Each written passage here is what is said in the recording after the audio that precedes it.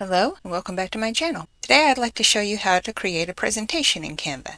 So if you look at this blue bar, there is a presentations button. Click on that and there are all kinds of presentations templates that you can look at. But what we're going to do today is create our own from scratch. So create blank, and I'm going to take you through an entire presentation project today. So we're going to have some fun. We're going to create a presentation about going to Paris.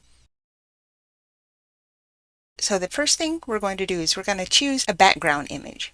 And I suggest a nice photo of Paris. So we go to Elements, and that's where the photos are. And as you can see, I've been searching for one, but I'll show you how to look for a photo. Elements, and I'm just going to type in Eiffel Tower. And then as you see, there's all graphics, photos, videos. Let's click Photos, and here are all kinds of suggestions for the Eiffel Tower. And as you can see, I have a presentation timeline already that's going to have frames as we go.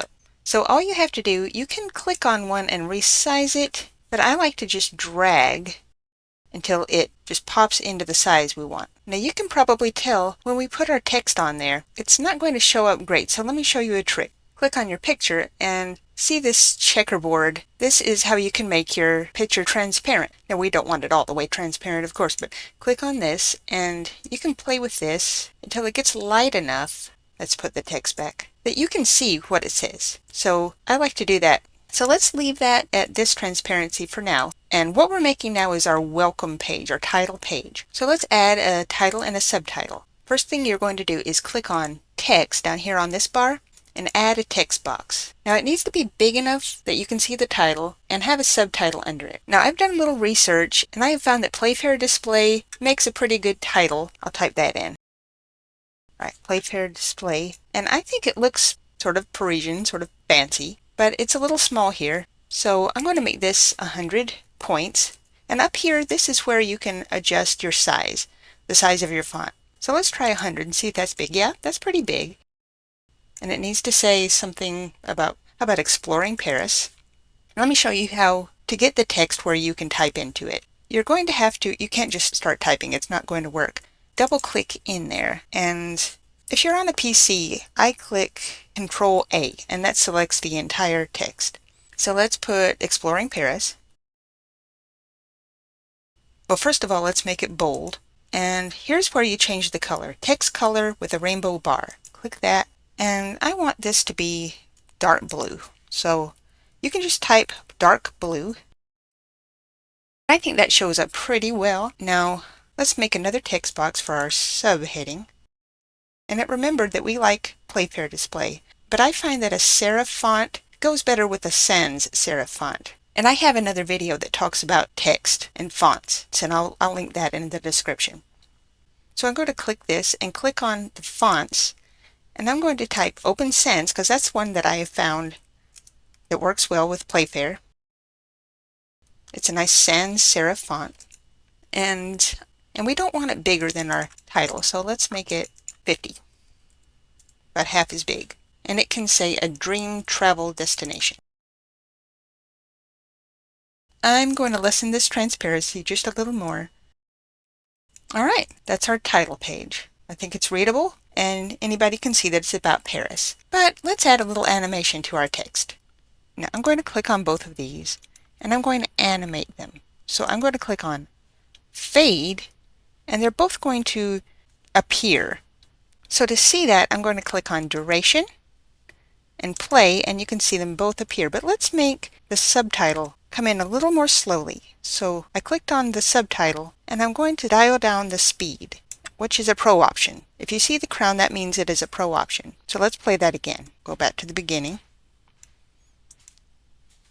And as you can see, the subtitle came in a little more slowly than the title. All right, let's go to slide 2. I'm going to click Add Page, and this can just be white in the background. And this will be our introduction slide. So I am going to go back and just copy this title, paste it here. But for our introduction page and the subsequent pages, let's make this a little bit smaller than we had for the title. Let's keep it at Playfair Display, but let's make it, 80. And I'd like that to say, Welcome to Paris. We'll keep it the same blue, bold. It's just a little smaller. Now under that, let's put a paragraph. Add a text box, but let's make that Open Sans. And let's make it a good paragraph size with no bold, about 40. Now I have a paragraph prepared I'm just going to paste into this. Now if I don't like how this paragraph is laid out, I can shrink it and move it. I can adjust the font size if I want to. Over here I can change the alignment if I want it left aligned, or if I want it a block, if I want it right aligned or center. I just play with this setting where it says alignment. So what we want to do is put some pictures that match some things that we've said about Paris: Eiffel Tower, Louvre, Notre Dame. And I think it might be best if we use some frames for that. I typed in grid, and we can pick any of these collages. Anytime you see the rolling green hills, the sky, the clouds, that means you can drop a picture into it. And we can pick any of these we want to. I think we ought to find one that has 3. So let's put some photos of these things into this. Now for that you're going to have to go back to Elements and let's type in Eiffel Tower. We want photos, so make sure you're clicked on photos and we'll find the one we want. Now let me show you this. If I just clicked on it, it would be on its own in the middle of the page. But if you want it in one of these frames, you're going to have to drag it until it pops into the picture. Let's type in the Louvre Museum, and let's find one that will fit well in this frame. Drag it and drop it, and Notre Dame Cathedral. All right, that's our second frame. Add a page. Now let's make this one be about key historical facts about Paris. And I thought it might be fun if we added an animated timeline. So first let's put a heading, text box. Okay, see, it remembered our Playfair display, 100, bold, dark blue. And if you see over here where I've got heading, subheading, body, that goes with my brand kit, which I set up in another video, and I can add the link in the comments. Actually, let's make this 80. And we want this to say historical highlights. For this, I'm going to add a line. Under shapes, there is a line, or I can type in line. I'm going to stretch it across the page. We're just going to create a timeline. If I don't like how this line looks, I can click on line style. I can make it thicker if I want to. I can change the color. If I want it blue, or if I want it red, it doesn't matter. Let's make it black.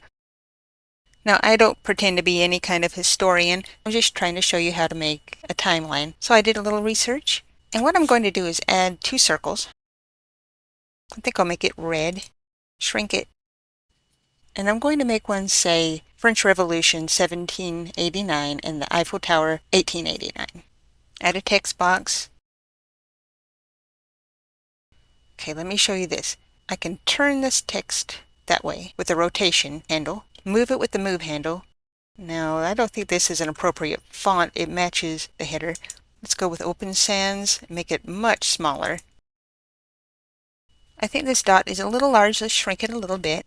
And let's make it say French Revolution under it.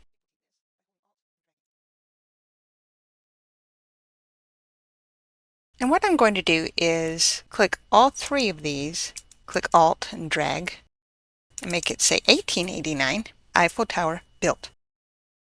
And just to show animation, let's highlight everything, go to Animate, let's click on Page Animations, and see what kind of combinations it comes up with. And just hold your cursor over each one of them and see if a combination appeals to your timeline. Or you can click Magic Animate, and it will scan your entire page and suggest one for you. Now another thing I'd like to show you is you can add a map in Canva. So I'm going to put 3-day itinerary. And under Elements, let's type Map. And it has the Google Maps app. Use App. Open. Let's type in Paris. And we can simply put in a map of Paris. But it's a 3-day itinerary. So let's type in Eiffel Tower. Okay, there it is on our map of Paris. And there it is for us to use on our itinerary. And for this one, this map doesn't really stand out. So look at the colors of the text in the background. I'm going to make the background blue and the text white. And just to save time, I'm going to duplicate this page by clicking the ellipses make this day 1. We'll click our map app again. Type in Eiffel Tower. I've already done that. Let's get rid of this map and show the Eiffel Tower. Maybe we could put a graphic of the Eiffel Tower. Just a graphic this time. Let's make it white so it stands out against the dark background. Let's duplicate it and put one on the other side. And I'm going to change this day 1 to day 1 Eiffel Tower. Louvre.